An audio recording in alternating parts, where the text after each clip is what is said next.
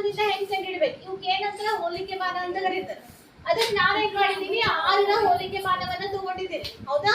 So 6ರ ಹೋಲಿಕೆ ಮಾನವನ್ನ ತಗೊಂಡು first ನಾವು 6ರ ಹೋಲಿಕೆ ಮಾನವನ್ನ ಒಂದರ ಹೋಲಿಕೆ ಮಾನಗಳು 1ರ ಹೋಲಿಕೆ ಮಾನ 6 ಜೋಡಿಸಿದ್ರೆ ಅಂದ್ರೆ 6ಕ್ಕೆ ಸಮವಾಗಿ ಅಳಿಬಹುದಾ? ಕೇಳಿಸ್ಲತ್ತದ? ಅದೇ ರೀತಿ 2 ಇದು 2 ಅದ ಇಲ್ಲ, ಇದು 2ರ ಹೋಲಿಕೆ ಮಾನ ಅದ.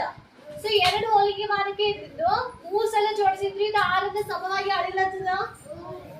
ಈಗ ಇದು 3ರ ಹೋಲಿಕೆ ಮಾನ ಅದ. ಸೊ 3ರ ಹೋಲಿಕೆ ಮಾನ ಇದ್ದಿದ್ದು 2 ಸಲ ಜೋಡಿಸಿದ್ರೆ 6ನ್ನ ಸಮವಾಗಿ ಅಳಿಲತ್ತದ ಇದು. ಈಗ ಇದು 6ರ ಹೋಲಿಕೆ ಮಾನ ಅದ. 6ರ ಹೋಲಿಕೆ ಮಾನವನ್ನ 1 ಸಲ ಜೋಡಿಸಿದ್ರೆ 6ನ್ನ ಸಮವಾಗಿ ಅಳಿಲತ್ತದ. ಹೌದಾ? ಸೊ ಇಲ್ಲಿ 6ರ ಅಪವರ್ತನಗಳು ಯಾವ ಆಗ್ತದೆ? ಇಲ್ಲಿ 1. ನನ್ನ ಹತ್ರ 1 ಇರ್ಲಿಲ್ಲ, ಅದಕ್ಕೆ ಹಚ್ಚಿಲ್ಲ. ಬಟ್ 1ಅನ್ನ 6 ಸಲ ಜೋಡಿಸಿದ್ರೆ 6ನ್ನ ಸಮವಾಗಿ ಅಳಿತದದು. ಹೌದಾ? ಸೊ ಅದಕ್ಕೆ 6ರ ಅಪವರ್ತನಗಳು ಯಾವ ಆಗ್ತವೆ? ಇಲ್ಲಿ 1, 2, 3, 6. ಸೊ ಈ ರೀತಿಯಾದ್ರೂ ನೀವು ಅಪವರ್ತನಗಳನ್ನು ಕಂಡುಹಿಡಿಬಹುದು, ಈ ರೀತಿಯಾದ್ರೂ ನೀವು ಅಪವರ್ತನಗಳನ್ನ ಕಂಡುಹಿಡಿಬಹುದು.